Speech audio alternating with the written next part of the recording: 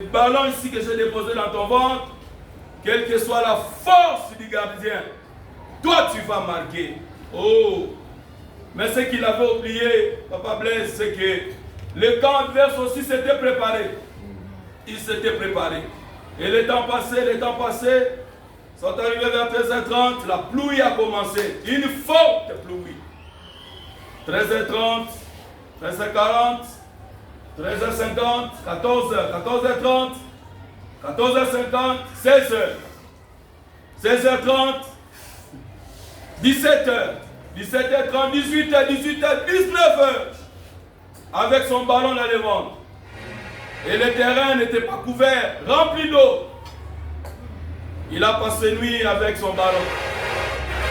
Et le jour suivant, il est tombé malade. Sérieusement malade. Alors, et c'est comme ça qu'il dira que j'ai un ballon dans mon ventre. Alléluia. L'autre camp s'était préparé.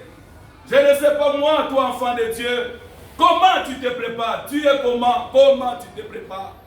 Là où nous travaillons, bien-aimés, là où nous vivons, là où nous évoluons, le monde ici que tu vois, frères et sœurs, nous sommes entourés de beaucoup de choses et de beaucoup de problèmes. Alléluia. Amen. La Bible dit, Jésus-Christ, revêtu du Saint-Esprit, et retournant en Galilée, là où il avait grandi. C'est là où on l'a vu naître, c'est là où on l'a vu grandir, c'est là où les gens le connaissaient. On le connaissait comme étant le fils du charpentier. On le connaissait comme un jeune homme là. On le méprisait, on le négligeait. Il était comme tout le monde. Mais lorsqu'il fut revêtu du Saint-Esprit, il retourna en Galilée. La Bible dit que sa renommée s'est répandue. Le même endroit où il était méprisé, négligé comme étant le fils du charpentier. Mais à cause de la présence de Dieu, à cause de l'Esprit de Dieu, alléluia, à cause de ce qu'il était revêtu de sa puissance, la Bible dit que la renommée de Jésus-Christ se répandait partout. Partout, on parlait de lui partout. Parce qu'il était revêtu de la puissance. L'église de 2025, la dévotion maintenant de 2025, soyons une dévotion, soyons une église des hommes et des femmes qui sont revêtus de la présence de Dieu. Amen. Et j'insiste, ce n'est que dans sa présence que nous avons sa présence. Amen. Pas en dehors de sa présence, ce n'est que dans sa présence.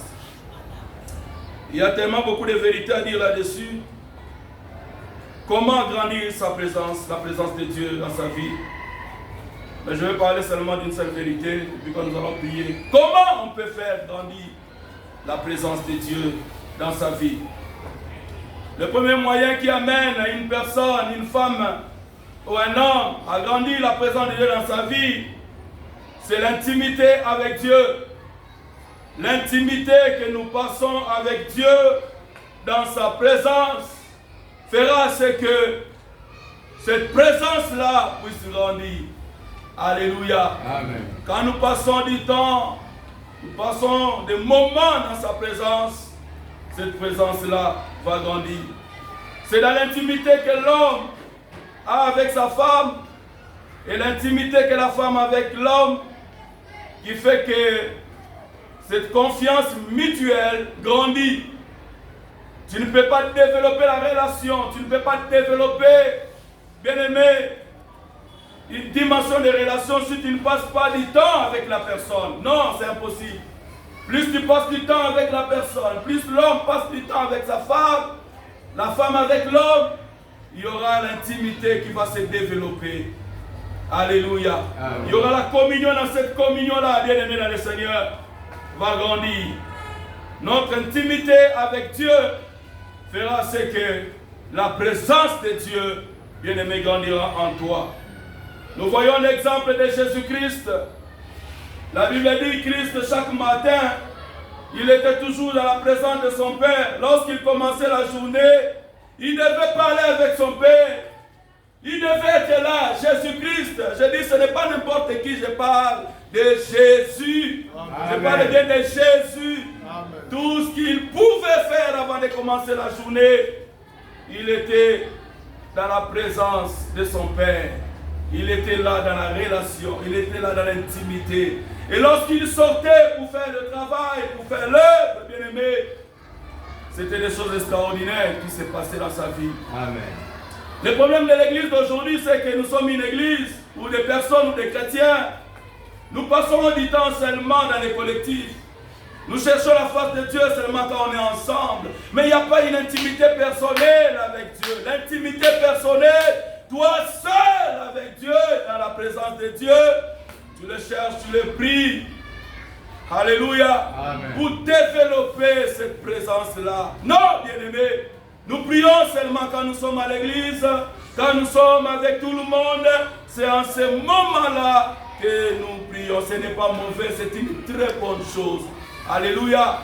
J'aimerais nous dire, insister même que c'est une très bonne chose d'être là ensemble et de prier, parce qu'il y a des choses qui se passent quand on est là, unis ensemble.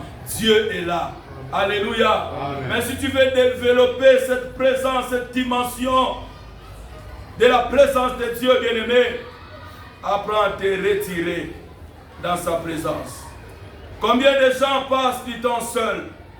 Combien de gens, combien de personnes? Tu es là après peut-être la dévotion matinale, tu es là peut-être, tu te retires dans un coin en train de prier, même s'il y a la pluie, tu es là dans sa présence. Alléluia. Amen. Je disais hier à Papa Patrick Moulumba, tu es en train de causer, je lui ai dit qu'il y a eu une période où je ne pouvais pas prier moins de 3 heures, moins de 5 heures. J'avais expérimenté la main de Dieu. Je l'ai dit, non, il faut lancer la Biloguane. J'avais expérimenté la main de Dieu, que ce soit dans le domaine des finances, que ce soit dans le domaine de beaucoup de choses. Tu sens que l'Esprit de Dieu est là, tu sens que tu ne forces pas. Le problème, c'est qu'on peut bien commencer, mais à un certain moment, on descend. Alléluia. Quand la journée commence, Jésus te regarde, le Père te regarde, mon fils s'est réveillé. Il s'est réveillé, j'attends qu'il soit en communion avec moi. J'attends, il est là. Le matin commence, tu manges, tu t'habilles, tu sors. Il regarde 11 heures, mon fils n'a pas encore parlé avec moi. 12 heures, mon fils n'a pas encore communié avec moi. 13 heures, 14 heures, 16 heures, 17 heures, 18 heures.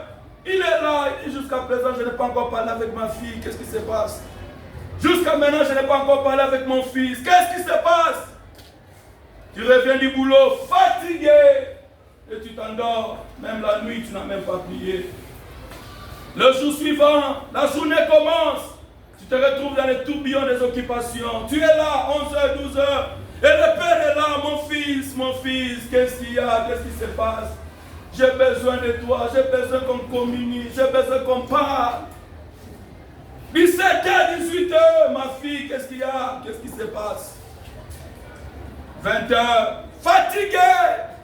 J'ai beaucoup travaillé et tu t'endors. Jésus ne pouvait rien faire, frères et sœurs, sans qu'il soit en communion avec son Père. Alléluia. Amen. Bien-aimés dans le Seigneur, c'est la communion avec notre Dieu, la relation que nous passons avec notre Dieu qui fait que cette présence-là grandisse. Des fois, il y a des hommes de Dieu, il y a des gens qu'on envie souvent. On dit que, mais comment Dieu l'utilise comme ça? Quand il parle, des choses arrivent. Quand il fait des choses, vous avez envie de l'entendre. Vous êtes là pour l'écouter. Quand on l'invite, l'église est pleine. Bien-aimés, vous vous êtes déjà posé cette question? Ce sont des personnes, des hommes et des femmes qui passent des heures et des heures dans la présence de Dieu. Alléluia. Amen. Ce sont des hommes et des femmes qui passent du temps dans l'activité personnelle avec Dieu. Posez la question, ils vont vous dire. Alléluia. Amen. Parlez-moi de quelqu'un qui a réussi dans son ministère, qui fait des exploits dans son ministère. Je te dirai combien de temps, je te poserai la question. Combien de temps cet homme passe dans la présence de Dieu? Pose-moi la question. Oui, c'est vrai, il fait des exploits. Cet homme fait ceci. Quand il déclare, des choses arrivent. Quand il prie, le Saint-Esprit se manifeste, la grâce se manifeste. Dieu bénit son ministère. Je te dirai aussi combien de temps il passe dans la présence de Dieu. Ce matin, Dieu m'amène seulement à réveiller un héros, à réveiller une femme. Tu as beaucoup de capacités, je le sais. Tu as beaucoup de grâce en toi, je le sais. Mais cette année 2025, frères et sœurs, nous avons besoin que sa présence nous conduise.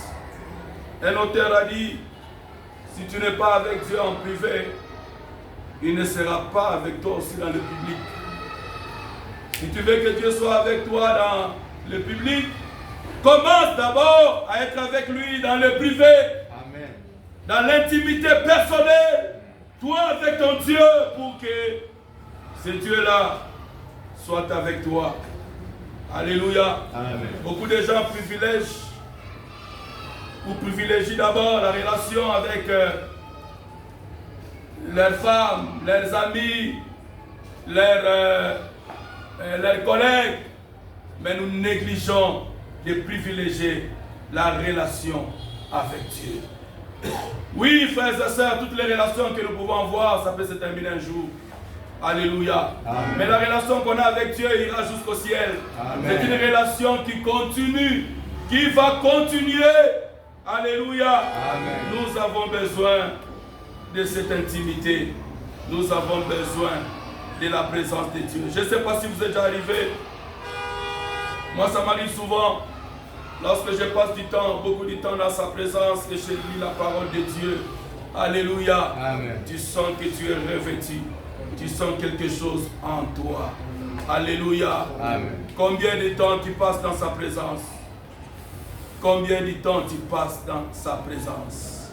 L'investissement que tu fais dans sa présence finira par payer et ça payera un jour. Amen. Tu n'as pas compris ce que j'ai dit? J'ai dit que l'investissement que tu fais dans sa présence finira par payer et ça payera toujours. Amen. Alléluia. Amen. Voilà pourquoi même la prière des jeunes, des prières, et des fois, le pasteur peut dire à l'église que nous allons jeûner, prier. Des fois, nous pensons que c'est un fardeau.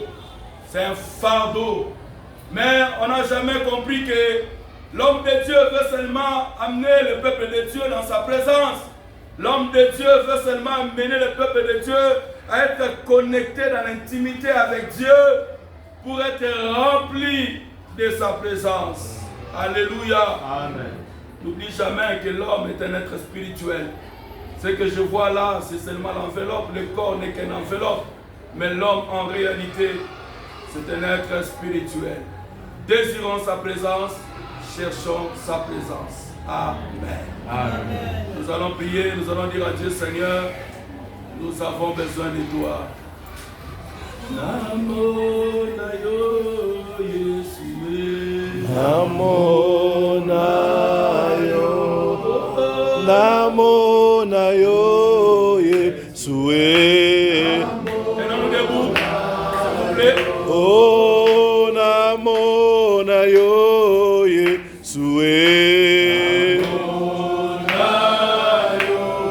Gai namo na yo Yeshua. Namo na yo. Azako sala. Hallelujah. Azali Nzambe. Amen. Elonga nanga. Hallelujah.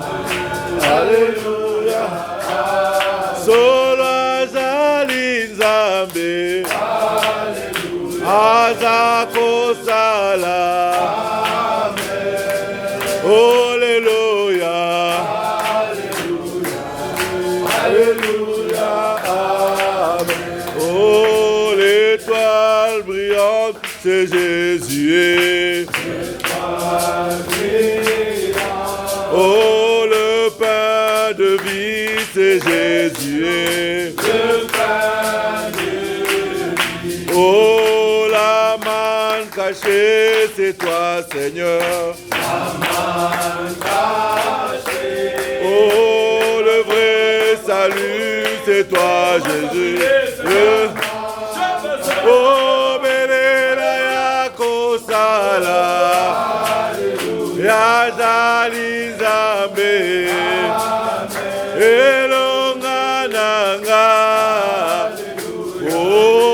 Alléluia. Oh, Alléluia. Hosanna. Oh, Alléluia.